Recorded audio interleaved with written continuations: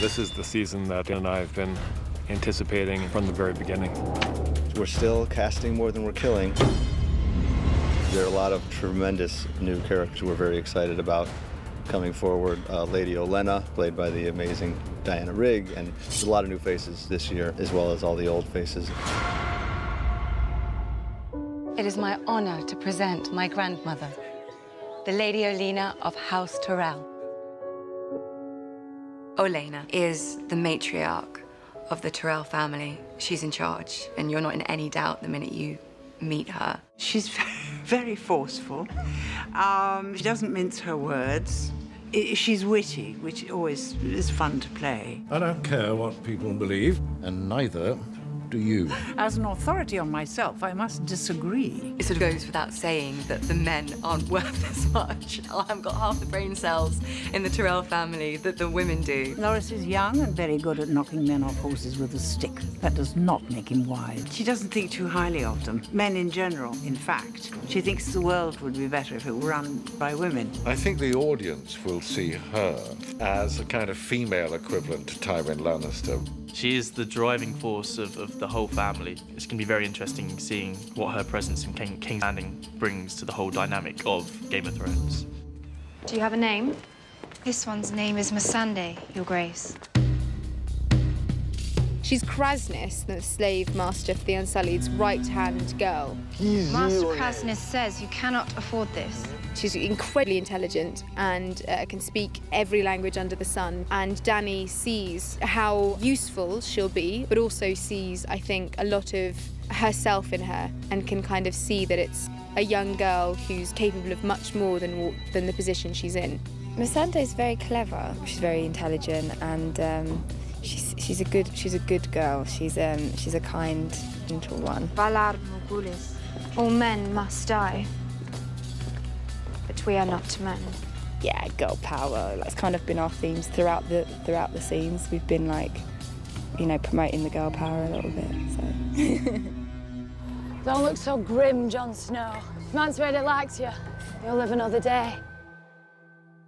The person that he's expecting to meet is mean and fierce and deadly, and the person he actually meets is all these things, but in a much more intelligent fashion. Mance Rayder is somebody who comes from a similar background to Jon in a way. He was an orphan where Jon was a bastard. He was also a member of the Night's Watch who gave up the Black for a different way of living. Why do you want to join us, Jon Snow?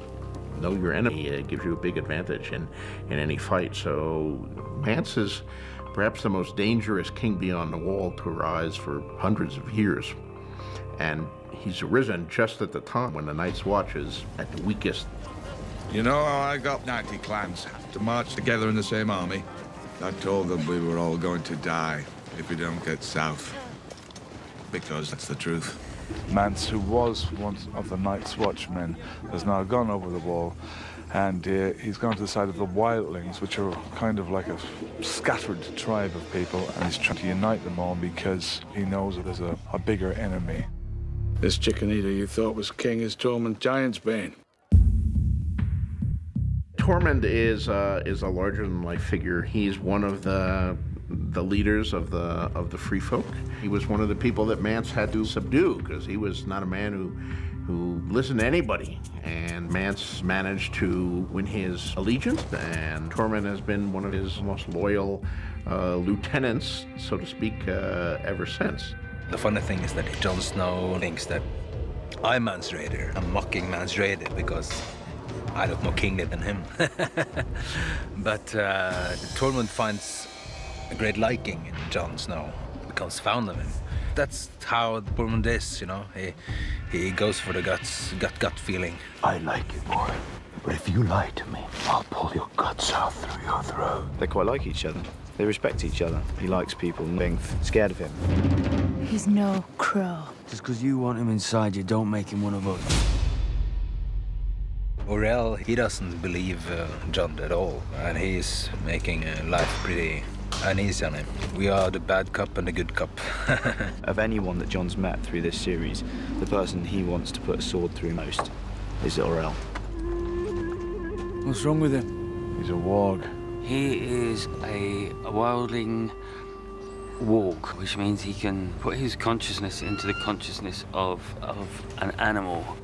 The animal that I can do that with is an eagle.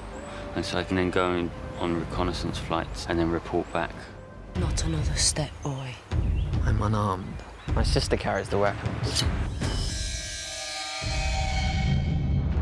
Jojen comes to kind of help explain what's happening to Bran. You can get inside his head.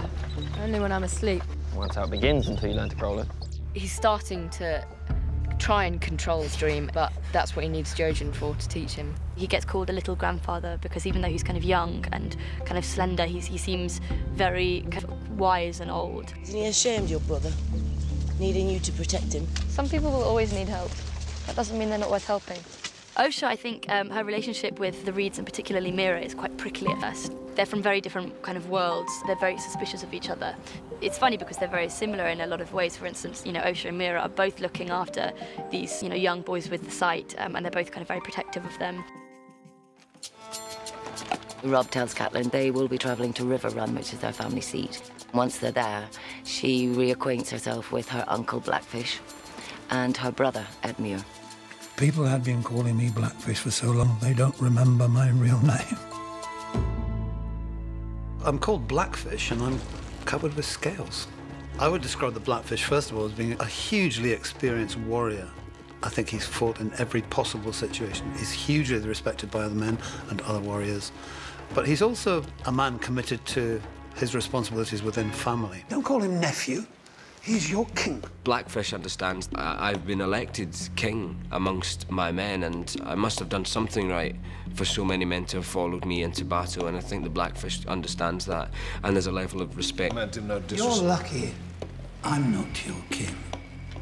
I wouldn't let you wave your blunders around like a victory flag.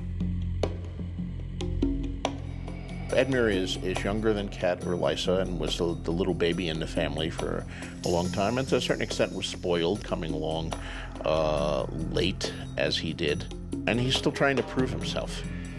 I would describe Edmure as being an extremely irritating human being. Constantly lets me down, the family down. On the face of it, he's a tall, straight-back, soldierly-looking guy who messes up quite a lot. I'm sorry.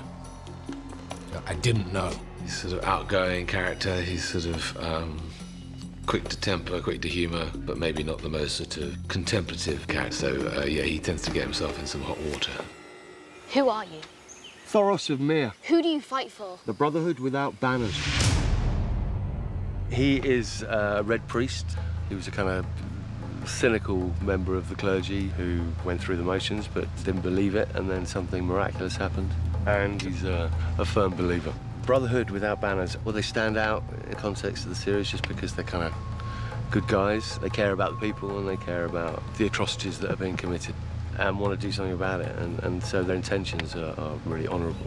The Lords of Westeros want to burn the countryside. We're trying to save it. And they come from all sorts of backgrounds, and they've there's Stark deserters, Baratheon deserters, and Tanners, and, they're a kind of hodgepodge. And Beric is our leader. Beric Dondarrion, you're fighting for ghosts. That's what we are. Ghosts. Waiting for you in the dark. You can't see us, but we see you. These guys live up in a cave. They're guerrilla fighters. They come out and they strike like lightning. Any oppressive force that is in the land, they'll go out and teach them a lesson. For the night is dark and full of terrors. We're very excited about the way that new blood shakes up the picture and changes things for the people who we've already come to know and love.